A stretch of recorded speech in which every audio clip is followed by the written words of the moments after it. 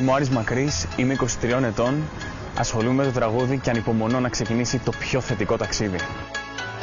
Είμαι ο Δημήτρης Γιαννούλης, ή αλλιώς Jimmy Gian. Είμαι 20 χρονών, ζω στην Αθήνα και ασχολούμαι με το τραγούδι, με το πιάνο και γενικότερα με τη μουσική από όσο θυμάμαι τον εαυτό μου. Είμαι ο Βαγγέλης Κακουβιώτης, είμαι 16 χρονών, μου αρέσει να τραγουδάω. Ευχαριστώ πολύ την Amita Motion που μου έδωσε την ευκαιρία να λάβω μέρος στο διαγωνισμό και να με επιλέξουν οι Playmen. Σας υποσχόμαστε ότι θα βάλουμε τα δυνατά μας Για να γίνουμε το νούμερο 1 Positive Group.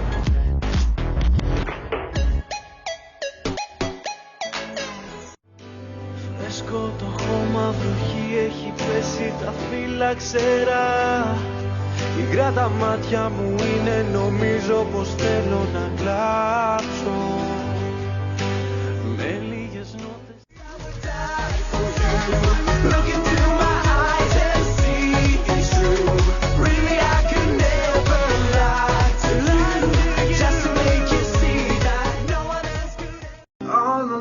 She was living in a world without an end or beginning.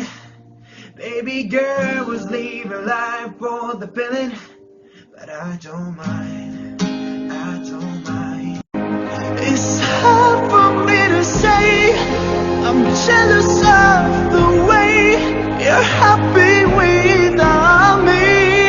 Oh, it's hard for me to say. Let's see, move. Κάτι δυνατό.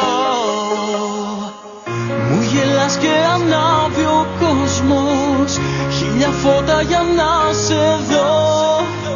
Μ' αγαπάς και ανοίγει ο δρόμος για τα όνειρα που έχω εγώ. Ό,τι θέλεις θα γίνω, φύλακας και σκιά δικιά σου. Όσα έχω τα δίνω για μια θέση μες στην καρδιά σου.